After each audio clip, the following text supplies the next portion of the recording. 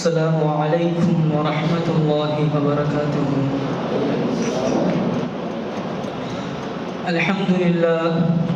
الحمد لله رب العالمين والعاقبة للمتقين والصلاة والسلام على سيد المرسلين وعلى آله وأصحابه أجمعين. فقد قال الله تعالى في القرآن الكريم والفرقان المجيد بعد أعوذ بالله من الشيطان الرجيم بسم الله الرحمن الرحيم ولا تهلكوا بأيديكم إلى التهلكة صدق الله العظيم. وقال نبينا صلى الله عليه وسلم كل كاسيات في الدنيا عاريات في الأخرى أو كما قال عليه الصلاة والسلام. ஈருலகத்தை படைத்து பரிபாலிக்கின்ற இரட்சகனாகிய அல்லாஹ்வுக்கு எல்லா புகழும் உரித்தாகட்டுமாக. இன்னும் அவனுடைய தூதராகிய முஹம்மது ஸல்லல்லாஹு அலைஹி வஸல்லம் அவர்களின் மீதும் அவர்களை பின்பற்றி வந்த உத்தம சத்திய சஹாபாக்கள், தாபீன்கள், தபா தாபீன்கள், சுஹதாக்கள், சாலிஹீன்கள், இன்னும் இந்த மஜ்லிஸில் அமர்ந்திருக்கின்ற நம்மின் மீதும் அல்லாஹ்வினுடைய சாந்தியும் சமாதானமும் என்றென்றும் நின்று நிலவட்டுமாக. அல்ஹம்துலில்லாஹ், அல்லாஹ்வினுடைய பேரருள். இந்த உலகத்தில் ஏராளமான கண்டுபிடிப்புகள் வந்து கொண்டே இருக்கின்றன. ஆனால் உலகமே வழிகேட்டின் உச்சத்திற்கு வந்துள்ளது.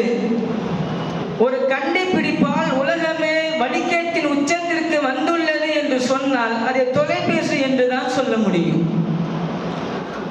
நாம் செய்திகளை கேட்பதற்கு பயன்படுத்தி வந்த ரேடியோக்கள், பார்த்து கழிப்பதற்கு பயன்படுத்தி வந்த தொலைக்காட்சிகள், நேரத்தை அறிவதற்காக பயன்படுத்தி வந்த கடிகாரங்கள், இந்த அனைத்து கண்டுபிடிப்புகளையும் ஒரு கண்டுபிடிப்பு வந்து இல்லாமல் ஆக்கியது என்று சொன்னால் அது செல்போன் தான். ஆரம்ப காலத்தில் தொலை தூரத்தில் உள்ளவர்களுக்கு நம்முடைய கருத்துக்களை பரிமாற்றம் செய்வதற்கு மட்டும் பயன்படுத்தப்பட்டு வந்த செல்போன், அந்த தொலைபேசி இன்று நமக்கு தொல்லைபேசியாக மாறியுள்ளது. பொதுவாகவே இஸ்லாத்தில் ஒரு மனிதனுடைய நேரத்தை வீணடிக்கின்ற, நம்முடைய உடலுக்கு பாதிப்பு தருகின்ற, பொருளாதாரத்தை வீண் வரையம் செய்ய தூண்டும் அனைத்து பொருள்களையும் இஸ்லாம் ஹராமாக்கியுள்ளது, ஹலாலாக்கியது கிடையாது.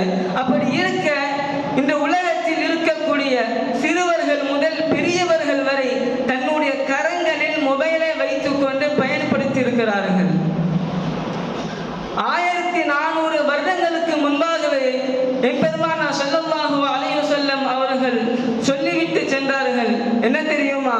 ஒரு காலம் வரும், அப்பொழுது ஒரு வருடம் ஒரு மாதத்தை போன்று கழியும், ஒரு மாதம் ஒரு வாரத்தை போன்று கழியும், ஒரு வாரம் ஒரு நாளை போன்று கழியும், ஒரு நாள் ஒரு மணி நேரத்தை போன்று கழியும் என்று நபி ஸல்லல்லாஹு அலைஹி வஸல்லம் அவர்கள் சொன்னார்கள். நாம் இன்றைய காலத்தில் பார்க்கிறோமா இல்லையா? ரமதான் முடிந்த ஓரிரு மாதங்கள் தான் ஆனதை போன்று இருக்கிறது. ஆனால் இன்னும் ஒரே வாரத்தில் அடுத்த ரமதானை நெருங்க இருக்கிறோம். அல்லாஹ் தஆலா ரமதானை அடைவதற்கு உங்களுக்கும் தௌஃபீக் செய்வானாக. ஆமீன்.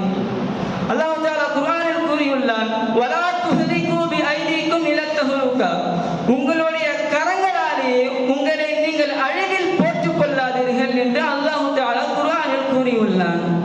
எந்த மனிதன் தன்னுடைய நலனுக்காக வேண்டி இந்த அலைபேசியை கண்டுபிடித்தானோ அதே மனிதன் அதே அலைபேசியை கொண்டுதான் இன்று அழிவின் பக்கம் சென்று கொண்டிருக்கின்றான். நடந்த நிகழ்வுகளை எடுத்து பார்த்தால் தெரியும். இந்த உலகத்தில் நடக்கக்கூடிய அனைத்து பாவமான காரியங்களுக்கும் மொபைல் பேசி ஒரு ஆணிவேராக இருக்கிறது. கேரளாவை சார்ந்த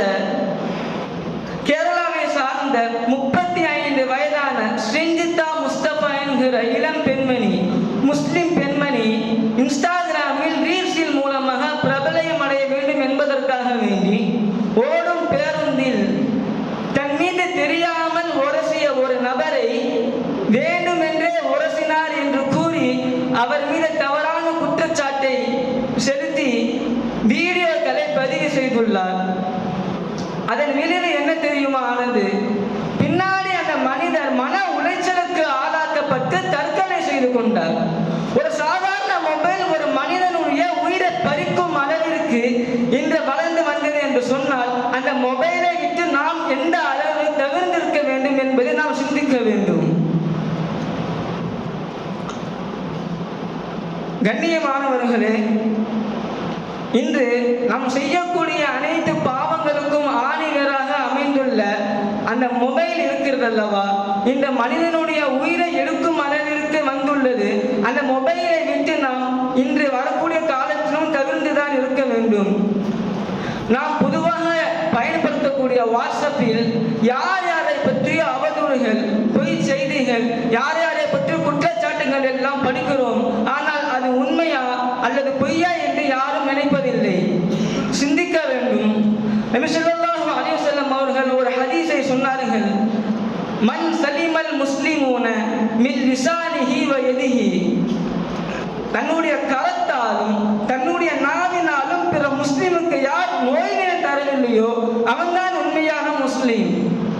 இன்று வீடியோக்களை பதிவேற்றம் செய்கின்றேன் என்று சொல்லி அடுத்தவருடைய கண்ணியத்தில்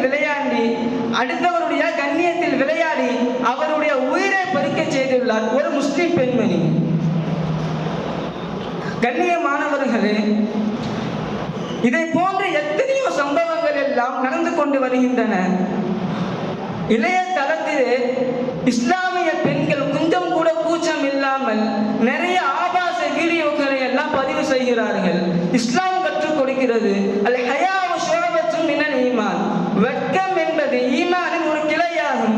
அந்த வெட்கம் ஒவ்வொரு ஆணிடத்திலும் ஒவ்வொரு பெண்ணிடத்திலும் கண்டிப்பாக இருக்க வேண்டும்.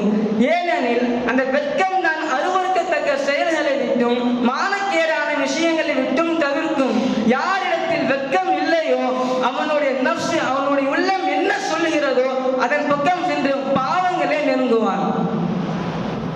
மார்க்கத்தில் இஸ்லாமிய அறிஞர்கள் ஒரு சட்டத்தை சொல்லுவார்கள், ஷவுத்துல் மிர்அதி அவுரத்துன். ஒரு பெண்ணுடைய சப்தம் மறைக்கப்பட வேண்டும். அதனால் தான் இஸ்லாத்தில் பெண்களுக்கு பாங்கு சொல்வதையும் இமாமத் செய்வதையும் அல்லாஹு தஆலா ஹராமாக்கி உள்ளார். ஆனால் வலைத்தளங்களில் இளையதளங்களை எடுத்து பார்த்தால் தெரியும், எத்தனையோ பெண்கள் இன்று இளையதளங்களில் நடமாடி வாலிபர்களை வழிகெடுக்கிறார்கள்.